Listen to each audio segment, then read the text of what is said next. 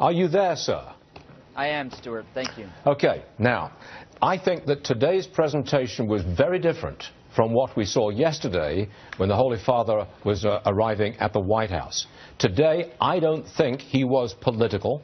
I think he addressed Congress in terms of Christian principle and not political policy. This is my way of offering a sort of semi-apology to you, Father, because we went at it yesterday about the politics of the papacy presentation yesterday. What do you say? I say it's Pope Francis's first miracle, the softening of the heart of Stuart Varney.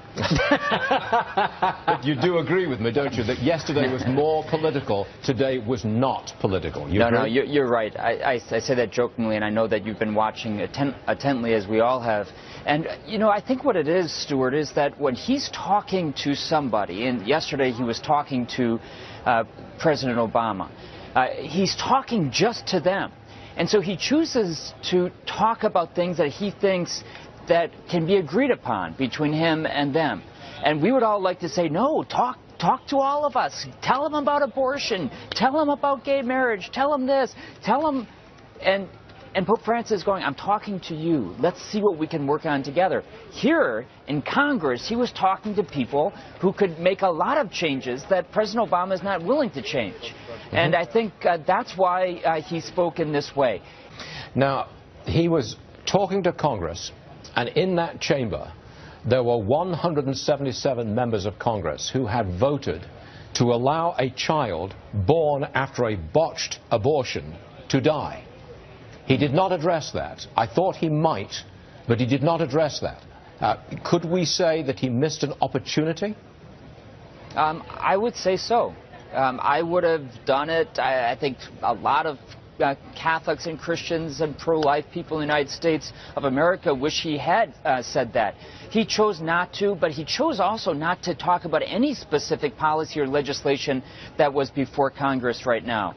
He chose that as a prudential judgment. He did, we should say, Stuart, he did talk about the defense of life at every stage of human development. Yes.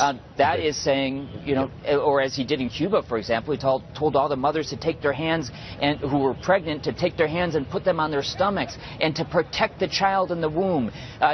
This is not a lefty pope, as he himself said on the plane, or somebody who's not very much in fighting for the life of every human being, including the unborn. I was surprised. The people sitting with me on the set here in New York were surprised. We expected a more political presentation from the Pope. Were you also surprised? I was happily surprised by the tone. You know, right off the bat, you know, when he said, this is, you know, the land of the free, the home of the brave. And that was, it got a huge applause, and all of the, you know, the politicians then broke the rule that they weren't supposed to stand, they weren't supposed to clap, and from there on, you know, from beginning there, you know, they kept breaking that rule.